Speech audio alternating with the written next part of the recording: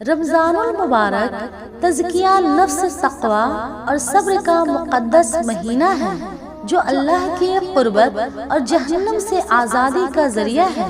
یہ بھوک و پیاس کے ذریعے نفس کی خواہشات پر قابو پانے اور روحانی تربیت کا بہترین وقت ہے۔ روزے داروں کے لیے یہ مہینہ جنت کے دروازے کھلنے اور جہنم کی آگ سے بچاؤ کا پیغام لاتا ہے۔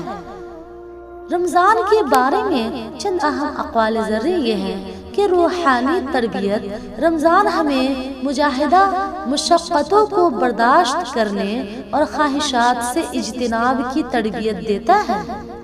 تقوی کا حصول: روزہ نفس کو برائیوں سے پاک کرنے اور تقوی پرہیزگاری حاصل کرنے کا نام ہے۔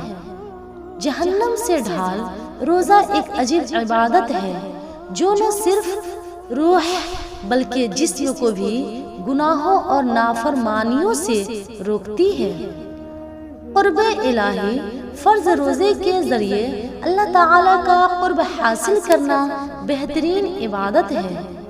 جہنم سے آزادی: جو شخص روزہ رکھتا ہے اللہ اس کے چہرے کو 70 برس کی مسافت تک آگے جہنم سے دور کر دیتا ہے۔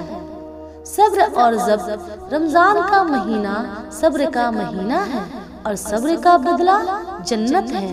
رمضان المبارک اپنی برکات کے ساتھ زبان کی حفاظت، اخلاقی بہتری اور اللہ کی بندگی کا خاص موقع فراہم کرتا ہے۔